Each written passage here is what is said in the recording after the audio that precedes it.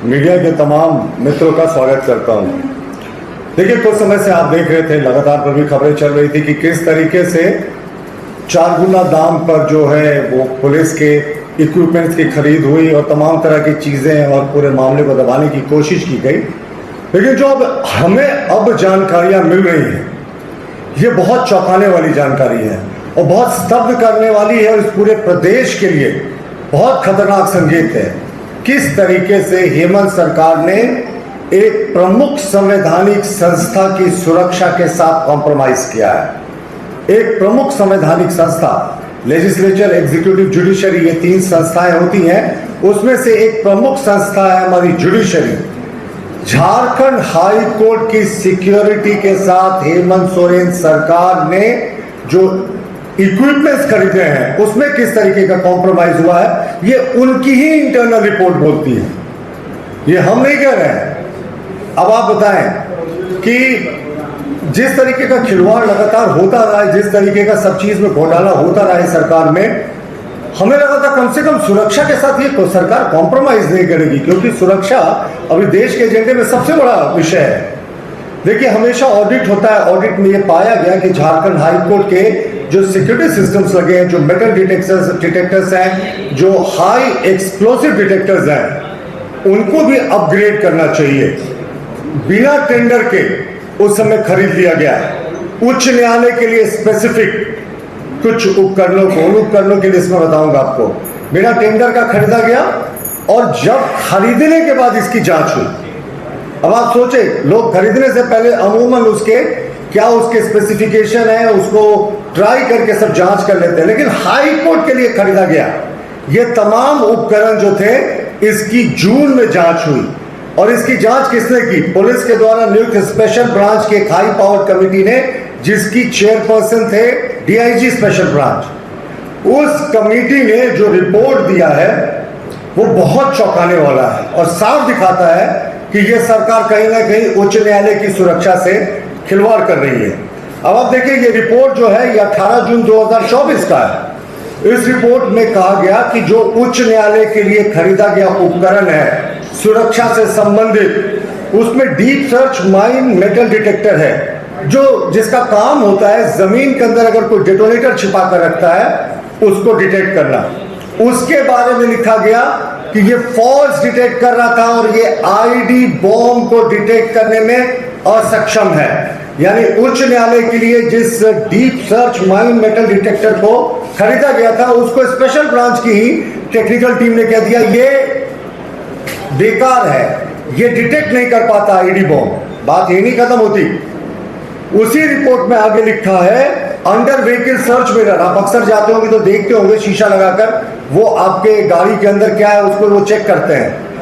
उसी रिपोर्ट में लिखा है कि उच्च न्यायालय में जो अंडर व्हीकल मिरर को लगाया गया है, सर्च में मिरर का इंस्टॉलेशन हुआ है, वो बिल्कुल अंडर क्वालिटी है और वो किसी भी बॉम्ब या आईडी एक्सप्लोसिव को डिटेक्ट करने में असक्षम है, वो स्पेसिफिकेशन को मैच नहीं करता। ये बहुत गंभीर आरोप है किस तरीके से उच्च न्यायालय के लिए खरीदे गए उपकरणों को उनकी ही पुलिस ने 1 वर्ष पूर्व जो है वो गलत बताया था।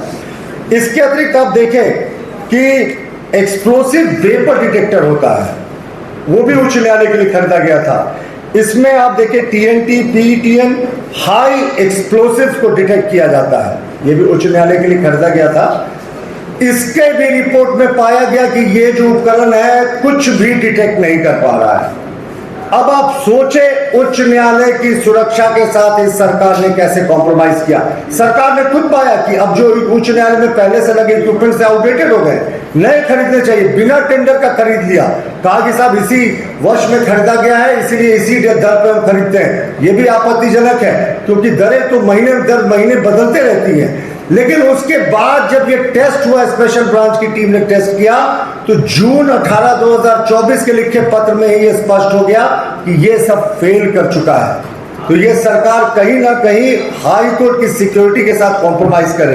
देखिए, अभी 2 ही स्थिति हो सकती, या तो उसी पुराने आउटडेटेड इक्विपमेंट से ये हाई कोर्ट का काम चला रहे हैं, या इन्होंने जो नया खरीदा था जिसको रिजेक्ट कर दिया था उसको लगा दिया।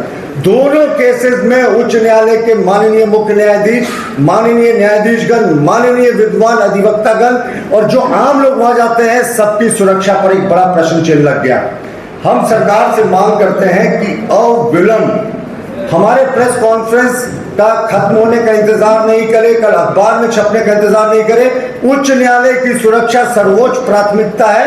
उच्च न्यायालय की सुरक्षा को दुरुस्त करे। अगर आपके पास उस क्वालिटी के डिटेक्टर्स नहीं है तो तुरंत होम मिनिस्ट्री से शिकायत मांगे, आप रेनफोर्समेंट, या आपके पास अगर बेहतर इक्विपमेंट है तो उसको इंस्टॉल करें, क्योंकि ये तो सार्वजनिक हो चुकी। साहब, आपने क्यों 1 वर्ष तक इस कमेटी की रिपोर्ट को दबा कर रखा? पर एफआईआर नहीं हुआ क्यों? जो दोषी अधिकारी थे जिन्होंने ये खरीद पर फरोख्त की और जिसमें सारा कुछ कमीशन की बू आती है, कई बार आरोप लगे कि 4 गुना दामों पर खरीदा गया बिना टेंडर का, तो क्यों सरकार पूरे समय मूक दर्शक बनी रही? तो ये बहुत गंभीर आरोप है इस सरकार पे। हम लोग मामला ये 2024 के जून का है और अब देखिए जून 2025 आ गया।